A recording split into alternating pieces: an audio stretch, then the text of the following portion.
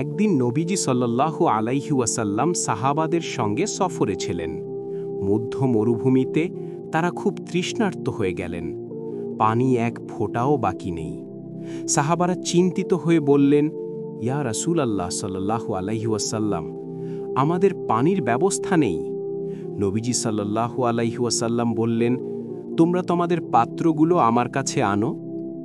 সাহাবারা পানি রাখার পাত্রগুলো নিয়ে এলে নবীজি সাল্লাল্লাহু আলাইহি ওয়াসাল্লাম তার পবিত্র হাত সেই পাত্রে রাখলেন, আর সবাই বিস্ময়ে দেখল আঙুলের ফাঁক দিয়ে পানি প্রবাহিত হচ্ছে। পানি যেন ঝর্ণার মতো বের হতে লাগল।